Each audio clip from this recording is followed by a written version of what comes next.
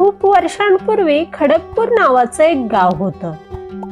त्या गावामधले सगळे लोक निरनिराळे उद्योगधंदे आणि शेती करून आपापला उदरनिर्वाह करत असत. सगळेच लोक एकमेकांना मदत करून अगदी गुण्यागोविंदाने त्या गावात राहत होती. परंतु खडकपूर गावाच्या बाहेर एक घनदाट जंगल होतं आणि तिथे एक मायावी चेटकीण राहत होती. ती चेटकीण रोज गावात जायची आणि गावातल्या शेळ्या, मेंढ्या व इतर प्राण्यांना पकडून घेऊन यायची आणि त्यांना मारून खाऊन टाकायची. पण गावकऱ्यांना काही याबद्दल माहित नव्हतं. ती सगळी गावकरी तर यात चिंतेत होते की रोज आपले प्राणी चोरून नेत तरी कोण.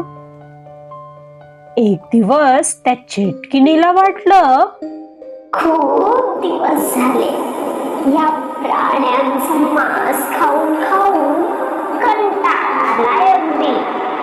आता तर गावातले प्राणीही संपून गेले आणि मलाही एखाद्या लहान मुलाचं मांस खायची इच्छा होते. आज संध्याकाळी जाते आणि एखादा छान गुटगुटीत लहान मुलगा शोधते. मग काय, संध्याकाळ होताच ती मायावी चेटकीण गावात आली आणि एका लहान मुलाला पोत्यात भरून जंगलाकडे निघून गेली. त्याच वेळी सखाराम नावाचा लाकूड तोड्या जंगलात लाकडं तोडत होता. त्यानं चेटकिणीला पोत घेऊन जाताना पाहिलं. अरे देवा, काहीतरी गडबडच दिसते, बघायलाच हवं बुवा. कारण या म्हातारीला त्यानं याआधी कधी पाहिलं नव्हतं. मग काय, त्या चेटकिणीचा पाठलाग करत करत तो तिच्या झोपडीपाशी पोहोचला आणि चेटकीण नेमके काय काय करते हे तो झोपडीच्या खिडकीतून चोरून पाहू लागला. आज तर माझी कित्येक दिवसांपासूनची गुटगुटीत मुलाचं मांस खायची इच्छा पूर्ण होणार. मी तर आज पोटभर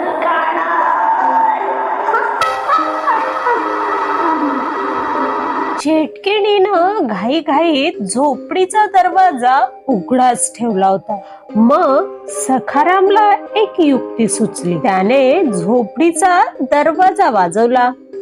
कोण हाय का घरात? कोण आहे? काय काम आहे?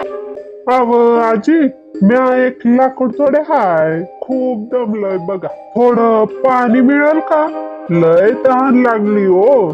चेटकीण सखारामला बघून जरा गोंधळून गेली. आता पाणी देऊन लवकर इथून चालत करायला हवं, म्हणजे मला गुटगुटीत मुलाचं मांस खाताना कोणी बघणार नाही. सखाराम हळूच झोपडीत डोकावून चेटकीण काय काय करते हे पाहतो. चेटकिणीनं पटकन ते पोत लपवलं आणि ती दरवाजापाशी आली. मी विहिरीवरून पाणी घेऊन येते, मग देते तुला. आणि चेटकीण विहिरीवर पाणी आणण्यासाठी निघून गेली.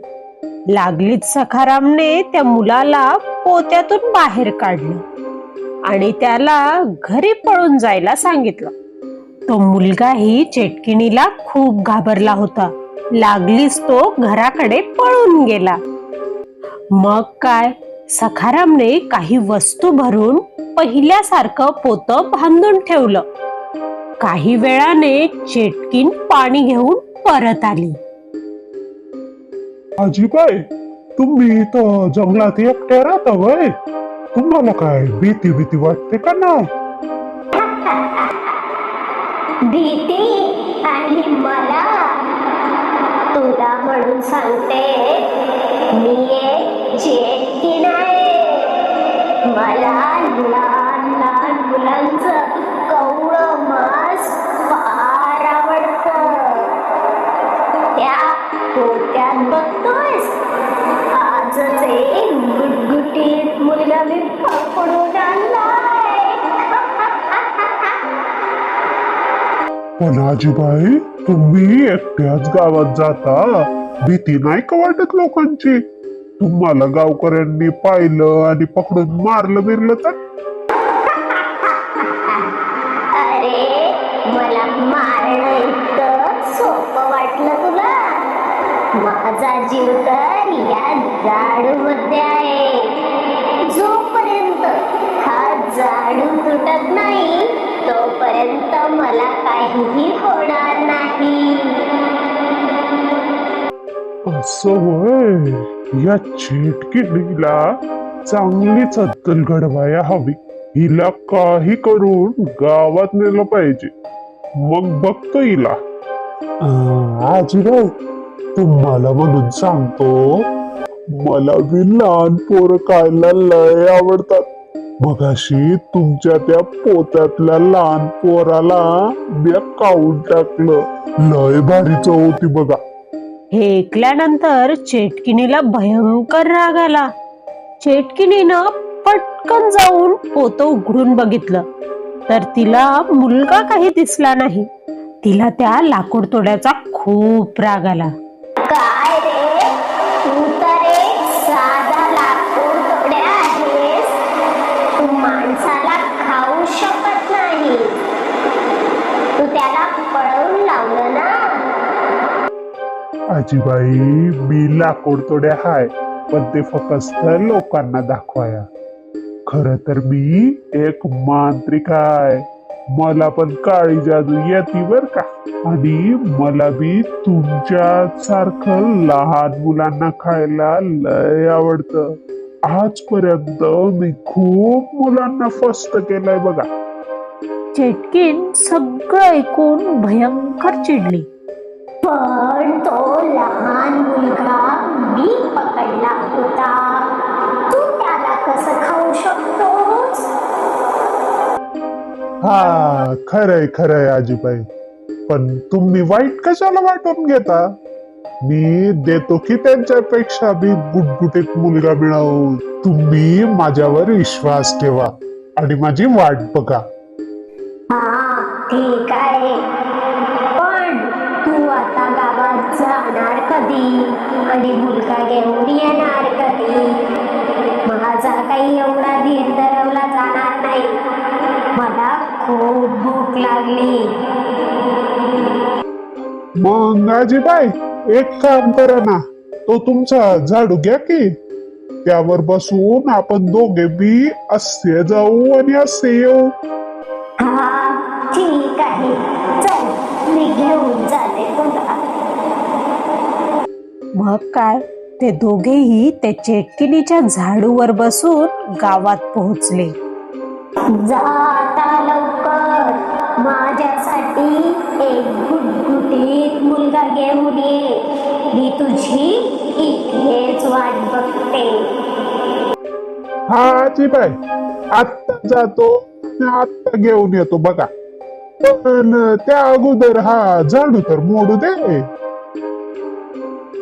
नाही नाही. सखारामने पटकन त्या चेटकिनीचा झाडू मोडून टाकला आणि तिला मारू लागला.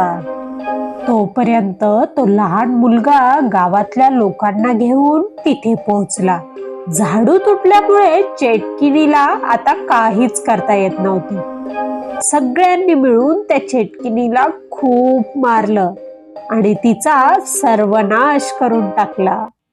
अशा रीतीने त्या खडकपूर गावावरचं संकट कायमचं नष्ट झालं आणि पुन्हा सगळी लोक आनंदाने राहू लागली. Hey friends, please do like, share and subscribe to our channel.